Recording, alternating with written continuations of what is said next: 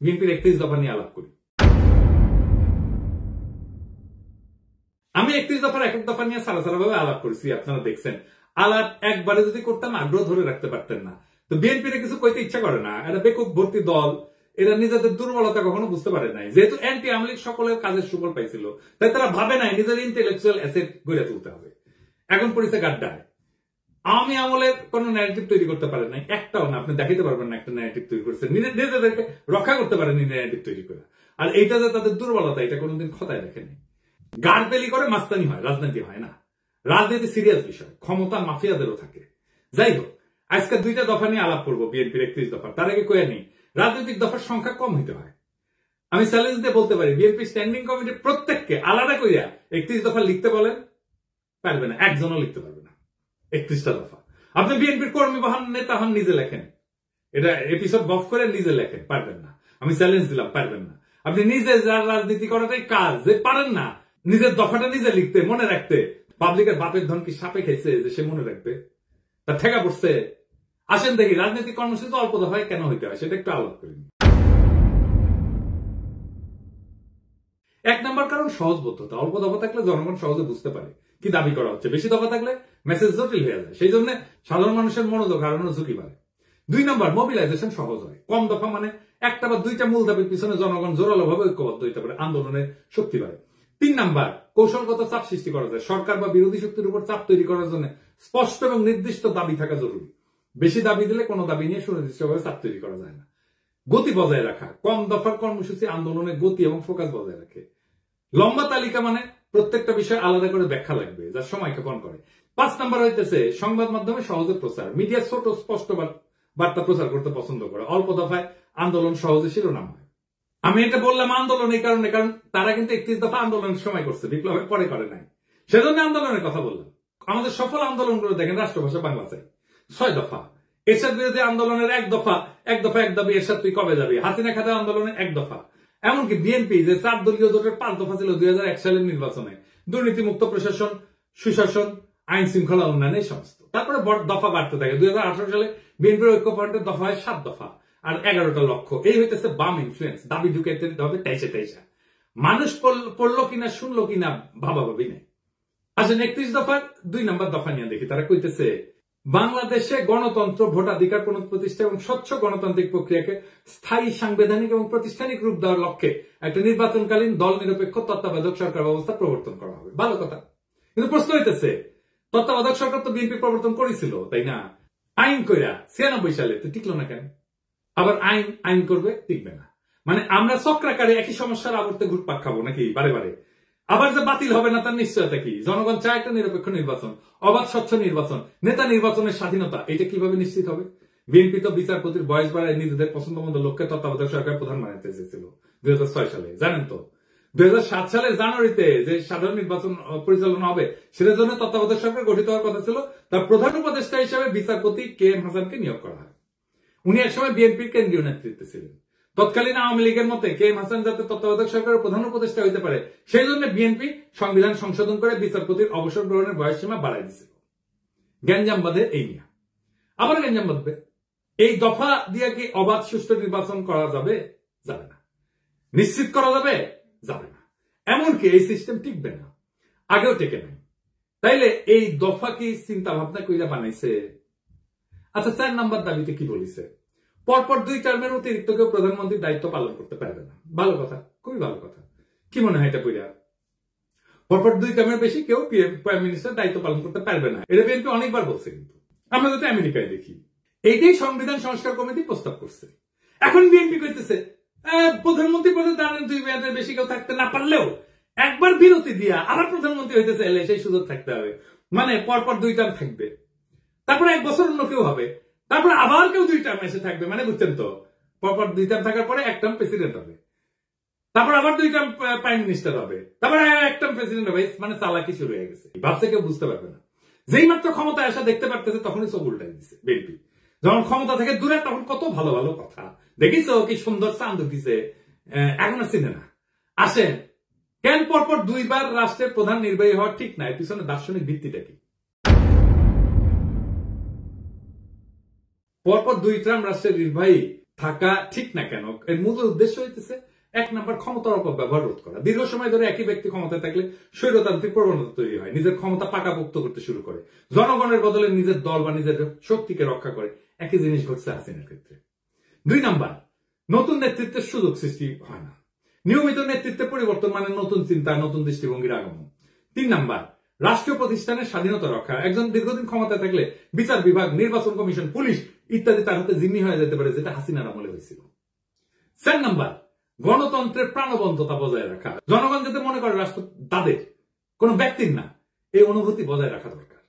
এবং দীর্ঘকালীন শাসনের বিদ্রোহ কিন্তু অবশ্যম্ভাবী হয়ে ওঠে, কারণ ক্ষমতা কেন্দ্রীভূত হয়ে পড়ে। যখন এক ব্যক্তি বা গোষ্ঠী দীর্ঘদিন রাষ্ট্রের নেতৃত্ব থাকে, তখন তারা সমস্ত শক্তি নিজেদের হাতে কক্ষিগত করে। আইনের শাসন দুর্বল হয়, বিচার ব্যবস্থা পক্ষপাতদুষ্ট হয়, সেনাবাহিনী প্রশাসন ব্যক্তি বিশেষের গোলাম হইয়া পড়ে, জনগণের স্বাভাবিক চাহিদা, ন্যায় বিচার, সমান অধিকার, জীবনের নিরাপত্তা এই সমস্ত পদদলিত হয়। একই জিনিস আমরা দেখছি হাসিনার আমলে। দেখেন, এই যে ঘটনা, এটা তাত্ত্বিক ভিত্তি কি, যে কেন প্রধান নির্বাহী বেশি দিন থাকতে পারবে না? তাত্ত্বিকভাবে এটা দাঁড়ায় আছে কয়েকটা বড় চিন্তার উপরে। 1 নম্বর হচ্ছে ডেমোক্রেটিক রোটেশন, বা এটাকে বলা যেতে পারে গণতান্ত্রিক চক্র।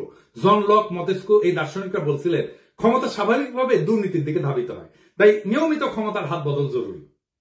আরেকটা তত্ত্ব হচ্ছে ন্যাচারাল ডিকে অফ পাওয়ার, মানে ক্ষমতার স্বাভাবিক ক্ষয়। টকভিল উনি বলছেন একজন নেতা যত বেশি সময় ক্ষমতায় থাকে, তত সে জনগণের আসল চাহিদা থেকে বিচ্ছিন্ন হয়ে পড়ে। আর 3 নম্বর হইতেছে জেনারেশনাল রিনিউয়াল, নতুন প্রজন্মের আবির্ভাব তত্ত্ব। রাষ্ট্রের সেবা করার সুযোগ নতুন নেতৃত্বকে দিতে হবে, না হলে রাষ্ট্র সময়ের সাথে সাথে পিছায় যাবে। যদি একজন নেতা 2 মেয়াদে চালায় যায়, তারপর একটা বিরতি নিয়ে আবার প্রার্থী হয়, তাহলে মূল উদ্দেশ্য ব্যাহত হয়। কেন ব্যাহত হয়? 1 নম্বর, ক্ষমতার নেটওয়ার্ক নষ্ট হয় না, যেটা তৈরি হয়েছিল। যে নেতা টানা 2 মেয়াদ চালাইছে, তার সময়কালে প্রশাসন, বিচার বিভাগ, পুলিশ, মিডিয়া, ব্যবসায়ী গোষ্ঠী সব স্তরে স্তরে অনুগত এক ধরনের নেটওয়ার্ক তৈরি হয়। একটা বিরতিতেও এই নেটওয়ার্ক বেঁচে থাকে, সক্রিয় থাকে। এখন দেখতেছেন না, এখনো হাসিনার লোকজন প্রশাসনে আছে। তো উনি যখন আবার প্রার্থী হয়, এই শক্তিগুলো তাকে সুবিধা দেয়, ফলে নতুন প্রতিদ্বন্দ্বিতা বা নতুন নেতৃত্বের সুযোগ প্রকৃত অর্থে হয় না। 2 নম্বর, জনগণের মনস্তত্ত্ব পাল্টায় না। নেতার ব্যক্তি পূজা বা জনপ্রিয়তার মিথ ভেঙে যেতে সময় লাগে। মাত্র 1 মেয়াদের বিরতি তা ভাঙার জন্য যথেষ্ট না, ফলে পুরনো প্রভাব বজায় থাকে। মানুষ মনে করে ওই লোকটাই আবার ফিরে আসবে। 3 নম্বর, প্রশাসনিক নিরপেক্ষতা থাকে না। নির্বাচন কমিশন, পুলিশ, সরকারি যন্ত্রপাতি তাদের পুরনো বসের জন্য অপেক্ষায় থাকে, ফলে নির্বাচন প্রতিযোগিতামূলক হয় না, গণতন্ত্র দুর্বল হয়। 4 নম্বর হইতেছে নতুন প্রজন্মের নেতৃত্ব বাধাগ্রস্ত হয়। যখন পুরনো নেতা আবার ফিরে আসার সম্ভাবনা রাখে, তখন নতুন নেতৃত্ব উঠে আসতে ভয় পায় বা বাধাগ্রস্ত হয়, গণতন্ত্রের নবায়ন থেমে যায়। তত্ত্বে যতই বলা হোক না কেন, অনেক রাষ্ট্রনায়ক নিয়ম ভেঙে আজীবন ক্ষমতা ধরে রাখার পথ তৈরি করছে। সবচেয়ে উল্লেখযোগ্য 2টা উদাহরণ দিই। ভ্লাদিমির পুতিন টানা 2 টার্ম শেষ হওয়ার পর উনি সংবিধান অনুযায়ী প্রেসিডেন্ট হইতে পারতেন না, তাই নিজের ঘনিষ্ঠ দিমিত্রি মেদভেদেভকে প্রেসিডেন্ট করে নিজে হয় প্রধানমন্ত্রী, কিন্তু রাশিয়া প্রকৃত ক্ষমতা নিজের কাছেই রাখে। 2012 সালে আবার প্রেসিডেন্ট হয়, পরে সংবিধান সংশোধন করে তার মেয়াদের সীমাটা মুছে দেয়। এখন পুতিন 2036 সাল পর্যন্ত প্রেসিডেন্ট থাকতে পারবে, অর্থাৎ প্রায় 4 দশক ধরে। এর ফলাফল কি হয়েছে? রাশিয়া গণতন্ত্র থেকে দূরে সরে গেছে, বিরোধী নেতারা নিশ্চিহ্ন হয়ে গেছে এবং ব্যক্তিকেন্দ্রিক একনায়কতন্ত্র তৈরি হয়েছে। শি জিনপিং, চীন প্রেসিডেন্টের জন্য 2 মেয়াদের সীমা ছিল 5-5-5 10 বছর। শি জিনপিং 2013 সালে প্রেসিডেন্ট হয়। 2018 সালে চীনের কমিউনিস্ট পার্টি সংবিধান পরিবর্তন করে 2 মেয়াদের সীমা তুলে দেয়। এখন শি জিনপিং আজীবনের জন্য প্রেসিডেন্ট থাকার পথ খুলে দিয়েছে। এর ফলাফল কি? চীনে ব্যক্তির চেয়ে পার্টি বড়, এই নীতিগতভাবে লঙ্ঘন করছে। আর চীনে গণতান্ত্রিক কোন নির্বাচন নাই, মত প্রকাশের স্বাধীনতা কঠিনভাবে নিয়ন্ত্রিত। ফলে যখন 2 টার্মের নিয়ম ভেঙে ফেলা হয় বা কোন ছিদ্র রেখা, ক্ষমতা ধরে রাখার রাস্তা রাখা হয়, তখন গণতন্ত্র দ্রুত দুর্বল হয়ে পড়ে, রাষ্ট্র ব্যক্তি কেন্দ্রিক হয়ে যায় এবং জনগণের স্বাধীনতা কাগজে কলমে সীমাবদ্ধ হয়ে পড়ে। আমি মাঝে মাঝে চুপচাপ হয়ে বসে থাকি, ভাবি যে যদি 2028 সাল পর্যন্ত আওয়ামী লীগ থাকতো কি হইতো? নির্বাচনের নাম উচ্চারণ করলেই নীল সাদা ভাই নিশা দাঁড়াইতো দোরগোড়ায়, ঠান্ডা গলায় বলতো চলেন। তারপর বাকিটা একটা কালো গল্প, যার শেষ পাতায় রক্তের দাগ। লুৎফুজ্জামান বাবর কারাগারের ঘুপসি কোণে চোখ তুলা পাখিদের উঠতে দেখতেন আর ভাবতেন তারা এখনো উঠতে পারে, অথচ আমি। সালাউদ্দিন আহমেদ শিলংয়ের আকাশে হাত তুলতেন, এই নীল কি ঢাকার মতো, নাকি আমি বদলে গেছি? খালেদা জিয়া এখন অন্তরীণ থাকতেন। রিজভী ভাই কোলাপসেবল গেটের পিছনে মাফলার গলায় দিয়া হাতে গোনা কয়েকজন কর্মী নিয়ে শীতের মধ্যে ঠকঠক করে কাটতেন, ওটাই ওনার রাজনৈতিক কর্মসূচি হয়ে থাকতো। আর রায়নগর, ওইখানে নাম ঝুলতো শত শত মৃত স্বপ্নের, ভুলে যাওয়া মানুষের, যারা একদিন হাঁটতো, হাসতো, স্বপ্ন দেখতো।